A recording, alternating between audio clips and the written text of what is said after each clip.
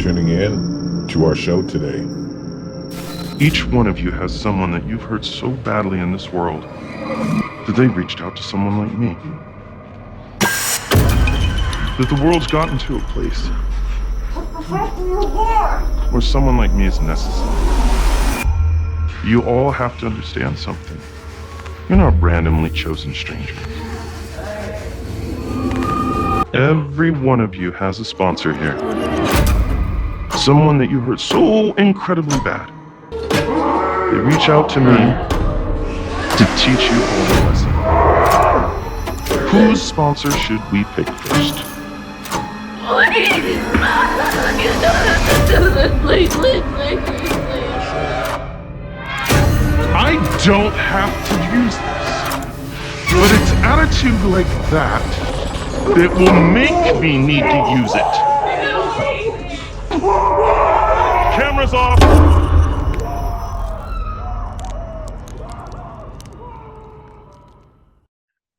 All right. It's, I looked back at our last interview. I can't believe, I know it's been a while, but it was last July. Yeah. It's over a year now. So it's just, yeah, we ran the festivals and did fairly well in the festival circuit, and finally we're like, okay, let's get this out. yeah, time is flying. And the film it's on Tubi, correct? It's on Tubi, Plex, Vudu, CW, several other sites, and it's also available DVD on Amazon. The whole thing came from Bob. It happened at the beginning of the pandemic. People were at home on the computer, a lot more than usual, and people were getting frustrated being at home, locked up. And he just started getting messages. And once he started getting messages, people were very, very rude and aggressive. Just that behind the keyboard, F you, and, you're a this and you're a that. So the mind starts, playing tricks on you, and you're like, oh man, I would love to go and, just handle this person. But Bobby's background, he's definitely not somebody that can go and do that. But it's what we started to realize is that with social media now, it's so easy that if somebody really did want to be, a vigilante, so to speak, and go and capture somebody. We post everything. We post, when we went to, we're at dinner. I'm tagging my location right now. I'm at dinner, me and my girlfriend. Here's our selfie. All of those things we're so quick to push out there, and hopefully everybody is, living a wholesome life when they are doing that. But if you are really somebody that is, antagonizing somebody, it is very easy to find you now on social media, especially if you're tic-tacking away on social media. Yeah, most definitely. And, then if you're somewhere in the moment, if you're out to dinner, for example, someone can easily go and burglarize your house if they know Exactly. information about you. So that can be quite scary. So it's always good to post, I guess, after the fact. But then again, you could turn into a home invasion. You could be I think that's what happened to Kim Kardashian when she was in London or something like that, when she got robbed. She was posting her jewelry. Yeah. People saw it, and they found out where she was staying at. And things like that are capable. People are capable of doing the worst. Yeah, definitely. Hey, Bobby, it's good to see you. I know, were there any specific challenges during the production of the film that you specifically, because you played the troll, correct? Yeah. Can you talk about any challenges you faced playing the troll? Well, because there wasn't a script, John and I spent 3 weeks about almost every night in the basement trying to get it figured out what we were going to do. And it worked out really great because we were able to shoot it so quickly, because I knew where we were going. I knew if I'd missed something, he'd stop, we'd go back. But that was 3 weeks of my back killing me, like on those concrete floors, just hours and hours and hours of practice. I even got mad at him one time. He fell asleep because it was at night. And I was like, man, you can't go to sleep while I'm doing this. He's like, oh, I'm sorry. It's the same thing over and over. So that was difficult. And then what John had to deal with technically was actually what you want to tell him about how long it took us to look at the footage? Took about 4 months to actually look at the footage. How many hours of footage did you have when you were done? Um, we were running 6, 7 cameras, for about 8 hours. Oh, So yeah, and we shot it in real time. One day, real time. One of the best things I think while shooting, was since Bob practiced so long, which may, I mean, you know, tip of the hat to Bob, especially. The actors didn't have a script. They came in, improvised, and did an amazing job.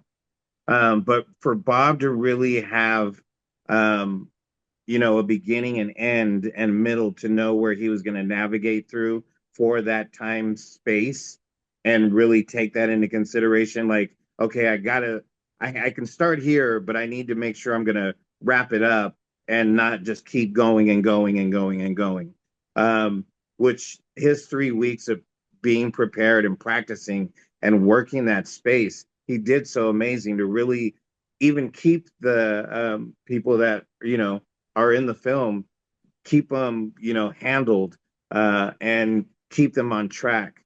And there was certain things that I was really awesome. Bob would forget, a certain little piece. Like, Bob, don't forget to mention this. Like, cut, but we would keep running cameras.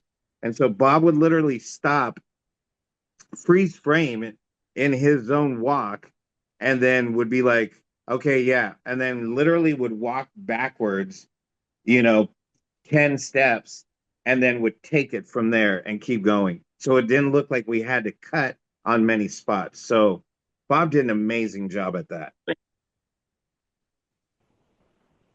that sounds like a lot of work, and that brings me to my next question. Like, what was the collaboration process, for the two of you as filmmakers? And then did your cast, did they have an actual script, or it was all improv? They were just going. They didn't even get the outline. They got a paragraph that John put together basically with very short amount of information about them. Did you tell them the story before I got on here? So at lunch, I take the actors out to lunch. I really didn't interact with them beforehand. They never saw the troll until we were filming. So when we take the blindfold off, that's their real reaction. And we're having lunch, and one of them makes a joke. I think it was Peter. And he says, I sent my location to my friends and family because it was so creepy that, I'm getting one paragraph. I'm going into a basement with a bunch of strangers. I'm getting zip tied to a chair. And then the other three actors all laughed and said they all did the same thing. So we really, really got under their skin. So that was good. Oh, that is perfect. Yeah. So, and as far as collaborating, me and Bob have been working together as far as coming up with ideas. And it's really, what's very interesting is me and Bob have this very unique thing where we can go and sit somewhere. Our go-to place is we like to go to Santa Barbara. And we'll just go and walk, and we'll have a drink, we'll have some food, go to the next place. And it's just literally brainstorming thoughts together. Very rare do we have anybody else in the middle of that. It's just been able for me and him to be able to be collaborative in that space. Nobody around us, nobody to distract us. So that's been really good about collaborating. And especially when we were doing Troll, we were very limited on where we could go at that time, but it was definitely something that it just felt like this needed to be done, especially at that time. Like, this needed to be done. The online bullying was was even more out of control, I believe, and that's where Bob came with it. Yeah. And the casting, what was that process like? Did you have anything specific you were looking for? It's funny because we were talking about the DVD a little while ago, And I have a couple of, I'll send you the clips where the actors are talking about it. Um, again, this is our pandemic film. So, there was nothing in person. We set it up through LA Casting, non-union, and just sent, did a post, female, male, blah, blah, blah, send a tape. And there was no sides. And everybody was like, you got sides? I need sides. Like, there's no sides. I just give me some screams, give me some fear, some panic, and a good yell. And we were getting all these different things from people. And you could tell, like, some people just didn't, some people know how to improvise, some people didn't. And we really did pick out some really, really good people that understood what we were trying to do. And they did so amazing. Yeah, because if one of the actors hadn't got into the energy that was going on, it wouldn't have worked at all. Because it needed everybody, it needed every single person to be believable. One person could have ruined the whole thing, which is one of the reasons we didn't watch the footage for so long. Not to mention, we were shooting on short battery time. So John was constantly having to change out batteries and do these things. And it's like, okay, well, we can shoot like 30 minutes straight and try to get as much as we can, and then take a break, know where we were, and go from there. Did you have anybody walk, or did they all stay? Or did you have to They all stayed. They Oh, they all- all stayed.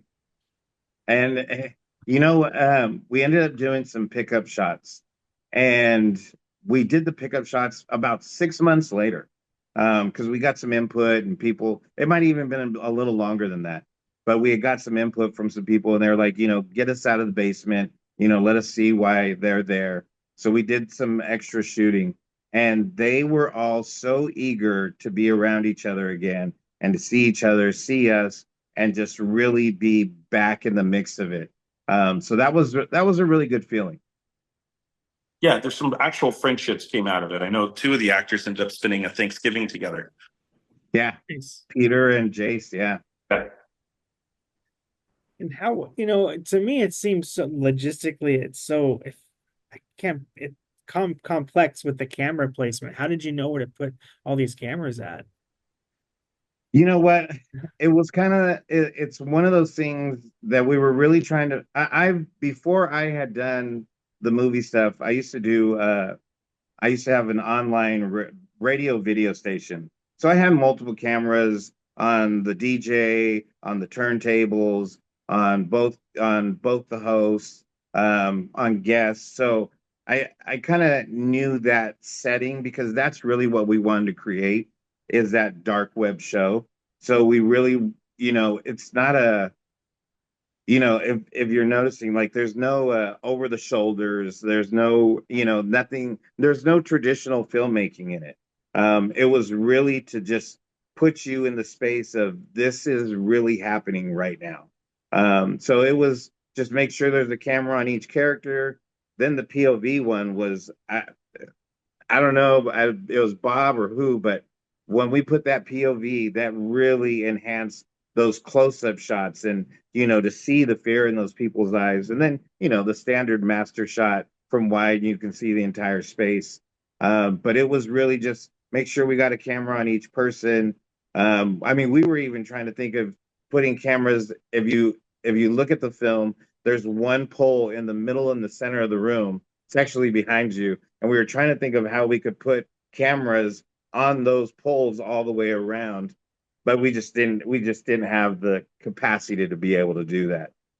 But it just, in general, it was just like, make sure we have a camera behind everybody, the POV, and then the master shot. Let's get it. Yep. As a viewer, you do, like you said, you do feel like you're there, that you're not watching an actual film, because you don't have, like you said, those traditional shots, and you feel kind of gritty, being down there. Yeah. You filmed in Bakersfield, right? Yes, sir. Okay. Did you film in your office or your home? In my office. Office. Okay. Right. Yeah. Well, That nice shirt, by the way. house. He likes your shirt, Bob. Oh, thank you. So what are you guys working on right now? A lot of things. I have to be a little careful about. Well, one, we have depth of field that is actually going to be released. We're having a premiere, hopefully toward the end of November, and that should be released December 10th, I believe, is the scheduled date for it to be streaming. Yes. We have a project that we really can't talk about, but it's a big breakthrough for us, and it's really just paperwork holding things up. That will be something very exciting. It's not horror, but it is. It's a movie about gun violence and the gun violence argument. Um, and I think that's about as far as I should go with that. And then we're working on some ideas with television. We're in the works for that. But as soon as that becomes public, it'll be out there. I would like to say this. We've had a couple of screenings for Trolled. And we had a screening where the actors came, some family and friends showed up. And that was probably one of the most interesting screenings. I think me and Bob, I mean, even when we showed it in Cannes, it was the same thing. People walked out of the theater, and we had one friend of mine that was there, and he was just like, for a good 10 minutes, he just was scratching his head, trying to figure out how we did that. Yeah. And when we screened it for family and friends, it was, again, the exact same thing. And I remember telling Bob, because me and Bob were leaving to go to the after party thing. And he's like, man, he goes, nobody said anything. And I go, think about the way our friend Val watched it when we were in Cannes. And when he walked out of the theater, how he had 1,000, but it took him like a good 10 to 15 minutes to really like gather his thoughts. And to me, that's been one of the most amazing parts of this, is that when people are watching it and they're done watching it, they haven't seen anything like this. It's really been something that we're really proud of. That's something that kind of stays on your mind. Sometimes when you leave a movie or you leave a theater, the time you get to the parking lot, it's gone. But this kind of just lingers with you, throughout like the week. Yeah. And So- we were at an NFT convention one time, and we were there, and literally the people next to us, young lady, she was like, I've been experiencing online bullying, really bad, and really was like, who is this guy? Like, is this like real? Like, is this, what do you Yeah. like? Because since we have that hashtag trolled SOS, like people were really like hashtagging, like who is this guy? I need him.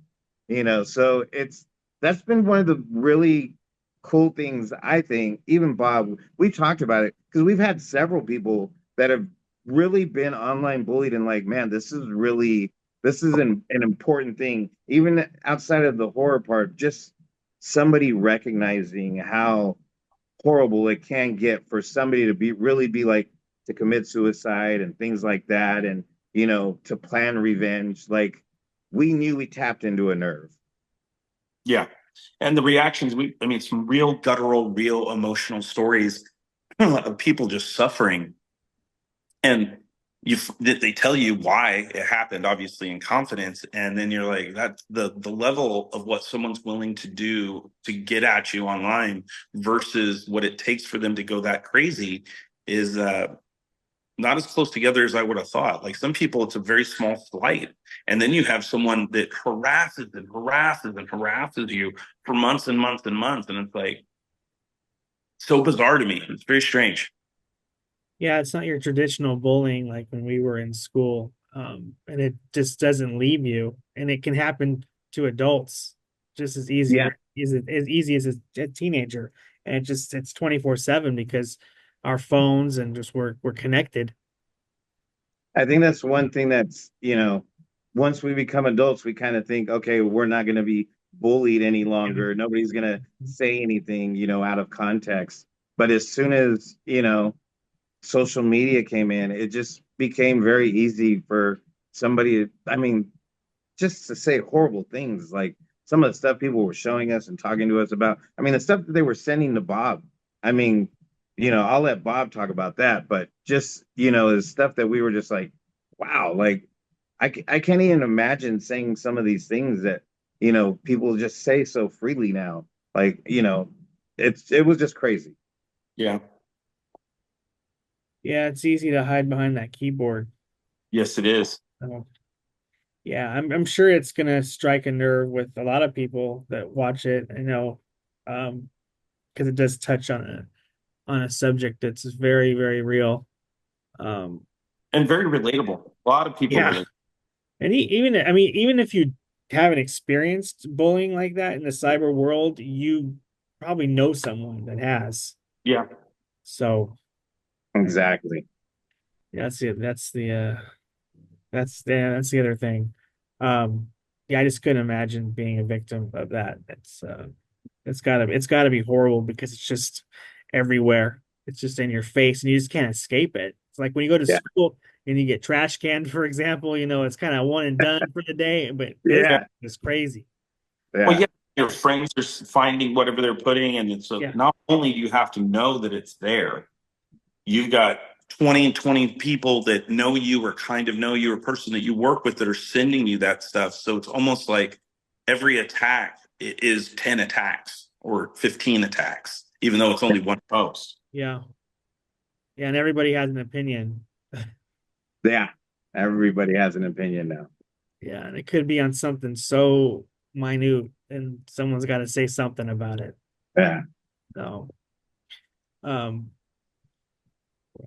almost at 30 minutes, but I really appreciate it, guys. It was actually great coming back a year later with you too. I don't know if I've ever done this before. I don't know if I've ever gone back to somebody with the same actual film to see how it's progressed and what's changed. And so that was really it. This has been a treat for me for sure. And I really do Well, appreciate like we were saying, when we did screen it, we definitely did, you know, we had seen it so many times already and kind of not say numb to it, but you just watch it over and over. Yeah. And then, but to watch it with the people that were, especially when we showed it with the actors and they were in the theater and people were watching the movie and people were like reading the chat room and chanting and screaming. And like they're screaming at the troll in the middle of the theater, and they were like, kill her. Yeah. And like that, I mean, It it turned into this crazy, like, what is it? What a mob? What is it called, Bob? yeah, fervor, like a mob mentality. They were literally chanting for him to kill one of the girls. And Yeah. the actress is sitting there, like in the room, and she's like, "That was one of the most uncomfortable things I've ever felt. I know it's cool, but she goes, it was so crazy to see myself on screen and people chanting for me to die." Yeah. Yeah, I think I Yeah. know which one you're talking about. I can't remember her name, but I do remember there was one in Yeah. particular. So it's been really interesting because people Yeah. are like, "Are you going to do another one?" Like, there needs to be more. Like, there needs to be there's more stories to this. Like, and everybody wants to see us kill somebody. Even we had conversations after we screened him. We were like, "Well, what do you want to do?" Like, because we were asking that character Gina.